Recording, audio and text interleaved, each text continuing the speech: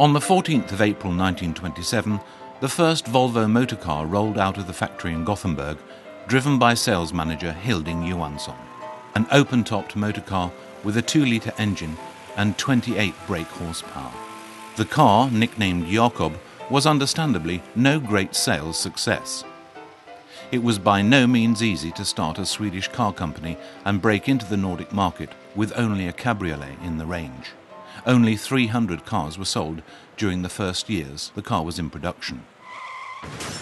Volvo's world-famous safety image was in fact born before the first car rolled off the production line. In 1926, when one of the first 9 prototypes was being driven between Stockholm and Gothenburg, the Jakob was involved in a head-on collision with an American automobile. The American car was a complete write-off, whilst the Volvo survived with only a few scratches. And a safety image was born. Towards the end of the 20s and at the beginning of the 30s, Volvo's production was somewhat modest.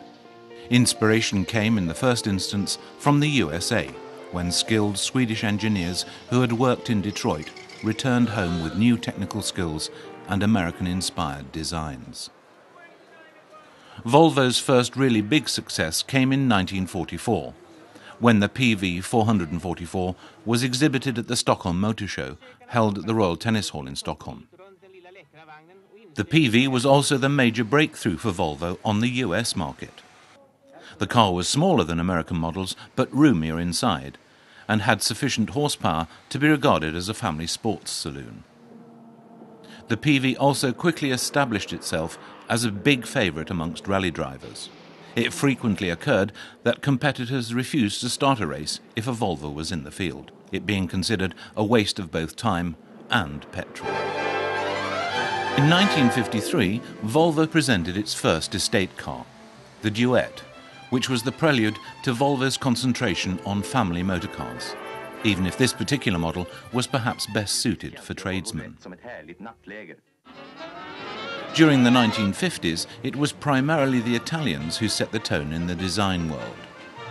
Volvo's new chief designer, Jan Vilsgaard, who was given the task of producing a new model, blended Italian inspiration with Swedish functionality, which led to Volvo's new huge success, the Amazon, or the P120 as it was called abroad.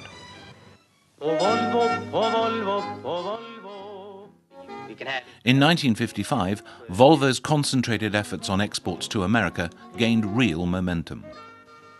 This is Volvo, the Swedish-built compact.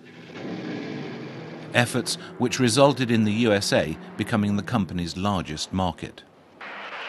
In 1959, Volvo became the first motor manufacturer in the world to fit the 3-point seatbelt as standard in a mass-produced car.